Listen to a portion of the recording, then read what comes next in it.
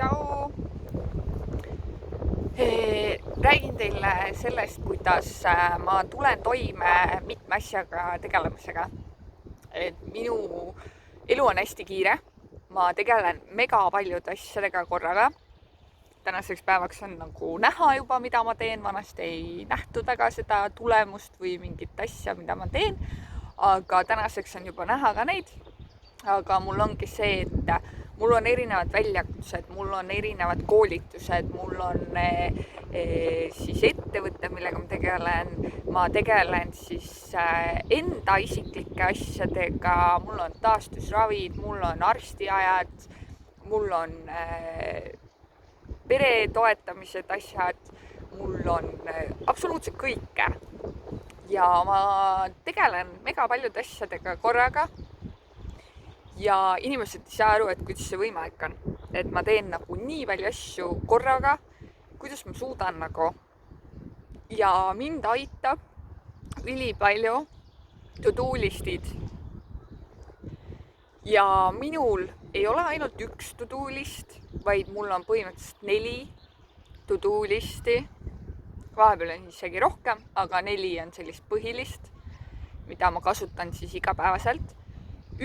Esimene to-do list on see, kus mul on absoluutselt kõik kirjas. Kõik, mida ma tahan, on vaja ära teha, kõik asjad. Sinna ma panen kogu aeg juurde, ma hoian seda lehte piisavalt lähedal, et kui mul tekib näiteks, et ma tegelen mingi asjaga, ma ei tea, mingit koolitust läbin näiteks, ja mul sellel hetkel kaob nagu fookus ära ja ma hakkan mõtlema, et mul oleks vaja seda ka teha. Siis ma võtan selle paberi, kirjutan selle kiirelt sinna ülesse, saan mõttest välja ja saan tagasi koolitust edasi teha. Ilma, et ma rohkem sellele asjale too moment mõtleks. See list ongi, et kus mul on kõik asjad kirjas, mida on vaja teha. Aga ta ei ole mul kogu aeg nagu silma all, et ma kogu aeg näen, et oi, mul on nii palju asju vaja ära teha. Siis mul on teine 3. list.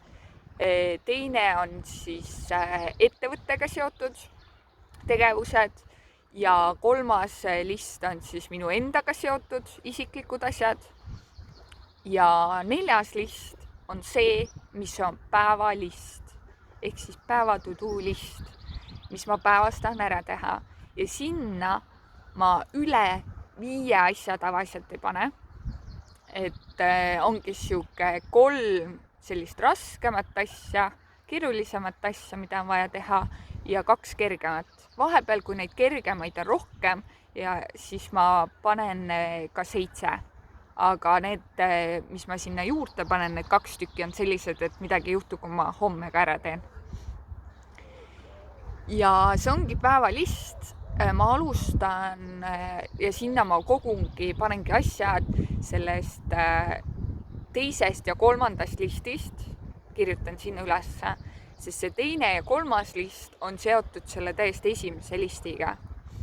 Et kus ma nagu jagan ära, mis on siis isiklikud asjad, mis on siis ettevõttega seotud asjad ja ma teengi päevas nii, et ma teen mõlemast midagi.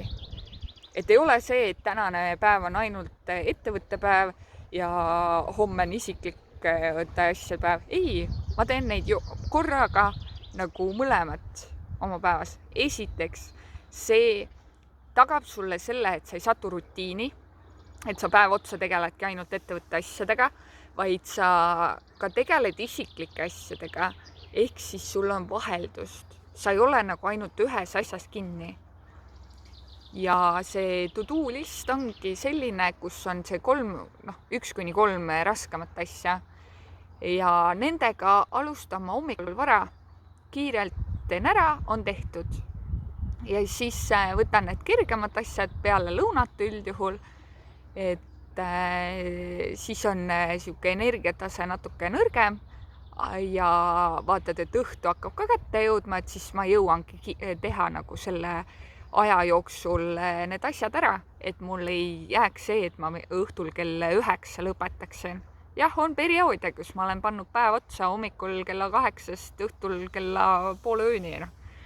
Olen teinud niimoodi, aga see on ka ainult teatud periood lihtsalt kuna see ettevõtte teema on minu jaoks nii südamelähedane, siis ma olengi valmis sinna nii palju aega ja sihukest panustama ja mul kaob ajataju ära. Sellepärast mul venib see nii pikaks, et mul kaob ajataju ära, aga tänu sellele, et selline olukord tekib mul või tekkis, siis ma saingi aru, et ma pean, et mul oleks mõistlik kombineerida isiklikud asjad ja ettevõtte asjad, et mõlemast listist midagi sinna päeva nagu to-do listi, sest muidu tekibki see olukord, kus ma lihtsalt ei jäängi nagu päev otsa, oled seal põhimõtteliselt arvutis kinni ja ei tegele millegi muuga. Ja see, kui sa teed seda nagu pikka aega niimoodi, et sa hommikust õhtuni paned sellise rütmiga, siis see ei mõju sulle lõpuks hästi. Aga sellepärast ongi hea, kui sul ongi nagu isiklikud asjad ka seal natukene midagi ja siis tekib ka endal tunne, et sa said nagu asjad tehtud, et sul sai isiklikke asju tehtud ja sai ka siis oma töö, ettevõtte ja koolitustega tehtud asju. Et kasutage to-do liste ja nagu mainisin, mul tegelikult on neid rohkem, aga need on nagu juba sellised teisejärgulised to-do listid. Aga olge tublid ja tšau!